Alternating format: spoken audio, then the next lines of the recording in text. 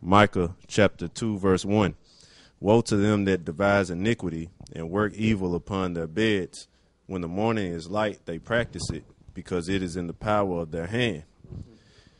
And they covet fields and take them by violence, and houses and take them away. So they oppress a man and his house, even a man and his heritage. Whose heritage he oppressing? Ours. You know? Everybody. Even mainly Israel. Yeah. We're the men whose heritage he has oppressed and stole. Because, you know, the so-called white man, beginning with them elite banking families, they call themselves Jews, but they're not the real Jews. The real Jews are the so-called Negroes that were brought here in cargo slave ships. And the word Jew comes from Judah, which is the head tribe of the nation of Israel, everything that the so-called white man is not.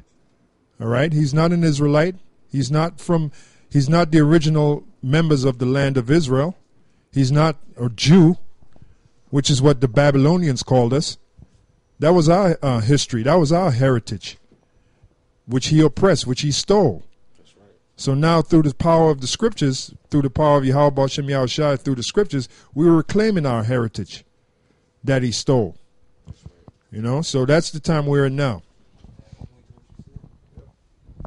That word there for oppress in the Hebrew, I forget what it is, but it means to get by deceit or get deceitfully, to steal. Which when you get something by deceit, you're stealing it. You got it. Yeah, Kun.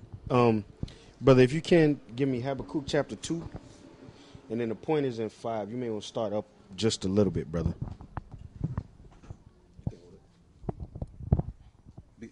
Habakkuk chapter 2 and 4. Behold, his soul which is lifted up in him is not upright. His soul which is lifted up is not upright in him, but the just shall live by his faith. Say something about that. Yeah, he just ain't right. He just ain't right. He was, like Elder Gabar just said off the mic, he was never meant to be right. And it tells you that when you read Romans chapter 9. He was a vessel, also in Psalms. He was designed to be a vessel unto wrath. We were designed to be a vessel unto mercy, you know. Go ahead. But the just shall live by his faith. Yea, also because he transgresseth by wine, he is a proud man, neither keepeth he at home. Like Elder Gabar said off the mic, who the hell could that be talking about, man? Who don't keep at home? At one point, the British Empire, they had a saying that said the sun never sets on the British Empire. Oh, you know, so he's the one that don't keep it home, man. Those people down there in Australia, they were originally there before Esau got there. Okay, those were Japhites. The bulk of them, you know, you had certain Israelites that made migrations out there, because you had certain Israelites that made migrations to those different Pacific Rim and Polynesian islands and stuff like that. But the majority of those people are Japhites. So the devil wasn't there until, you know, he don't keep it home. Okay, go ahead. Right. He is a proud man, neither keepeth he at home, who enlargeth his desire as hell, and is as death, and cannot be satisfied. But gathereth unto him all nations, and heapeth unto him all people. Yep. Shall not all these take up a parable? And that's what the New World Order is about. That's what it's all about. Getting control of everybody. Well, that's wicked, man. That's right. Chipping everybody. Right. Yep. Now, we're going to do it in righteousness. Mm-hmm. The scriptures say when the law is in effect, the people learn righteousness. Mm-hmm. All right? You want me to keep reading? No, keep reading. There's a little bit more to that. All right. Shall not all these take up a parable against him, and a taunting proverb against him? And that's what we're doing. We're taunting you. It's like Elder Tahar just said, it don't matter. It doesn't matter, you Rothschilds. You can do whatever you want to us. The scriptures say that we're supposed to stand, having done all to stand. So you can do whatever you want. We're going to taunt you. You can, and like Elder Gabar just said off mic, you are going down. There's no doubt, no ifs, ands, or buts about it. Okay? So we're going to taunt you. We're going to call you names. You know, we're going to expose you to the world. We're going to get into the information. can try to destroy our sites on the internet, on YouTube, take down our pages. That's not going to stop the word of the Lord. The only way you can stop this truth from coming out, which is the cat, like Elder always says, the cat is already outside the bag. So you can't stop it. The only way you could try to stop it is by shutting down the internet, which is already too late. All right, the word has gone out. Even in the book of Psalms 19, it says, "Have they not heard? The word has gone out throughout the ends of the earth." We got brothers out there in England. We got brothers out there in Germany, right? Holland, brothers in Alaska, Jamaica. and then what did Yahushua said? He said that this word would encompass the whole earth, and then the end shall come. Yep, that's right. So the bottom line is, you bankers, you going down. All what you're doing is just ensuring more iniquity for you to be judged for. That's all you're doing.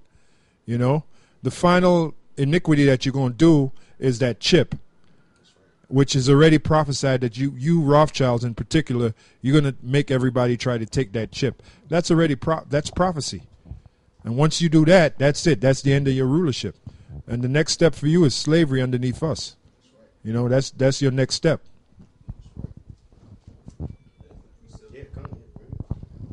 Proverbs 29:2. When the righteous are in authority, the people rejoice. But when the wicked beareth rule, the people mourn. And that's what's happening right now all throughout the four corners of the earth.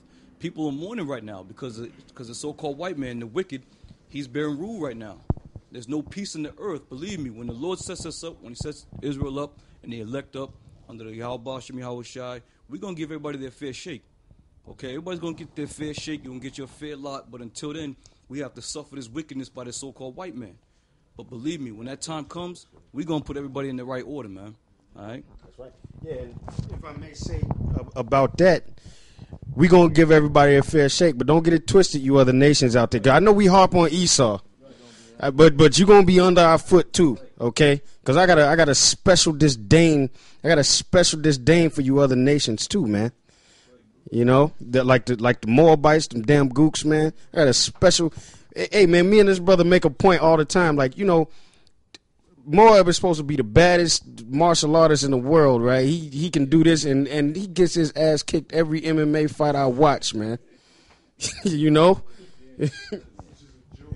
that after the kingdom is built up too, that's when they're going to get their fair shake. Because we are going to give them their fair shake. They're going to have their inheritance. If you read after 1,000 years of slavery. After 1,000 years of slavery, then the other nations. The only nation that's going to be phased out is you Edomites, the nation of Esau. You're going to be phased out because you're going to be obsolete. There's no need for you. But after 1,000 years of slavery, you other nations. As a matter of fact, if we can get the book of Isaiah, the 2nd chapter, because you other nations, you're going to learn of our ways and our laws, which puts us in the position to rule over you. I mean, we're not going to learn of your ways and your laws. You're going to learn of our ways and our laws. This is Isaiah 2:1. The word that Isaiah the son of Amos saw concerning Judah and Jerusalem. And it shall come to pass in the last days that the mountain of the Lord's house shall be established in the top of the mountains, and shall be exalted above the hills, and all nations shall flow unto it. And many people shall go and say, Come ye, and let us go up to the mountain of the Lord, to the house of the power of Jacob, and he will teach us of his ways, and we will walk in his paths. For out of Zion shall go forth the law, and the word of the Lord from Jerusalem. And that's the future prophecy, which puts us in the power seat of ruling over the other nations. As a matter of fact, from there we can go to Zechariah, because because we're going to have certain customs, which goes back to the law of Moses, that if they don't keep, there's no you shall receive no rain. Talking about you other nations. So that's how important we're going to be. Get that in Zechariah.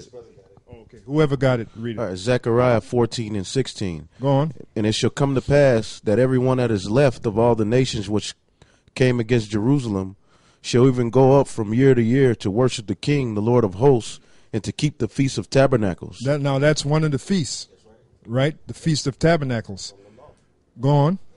And it shall be that whosoever shall not come up from all the families of the earth unto Jerusalem to worship the King, the Lord of hosts, even upon them shall be no rain. Yeah, so that shows you how important it is. If they don't come and keep that certain high holy day we're going to have, which is going to be established in the kingdom, they're not going to receive no rain. Which means what? Their crops are going to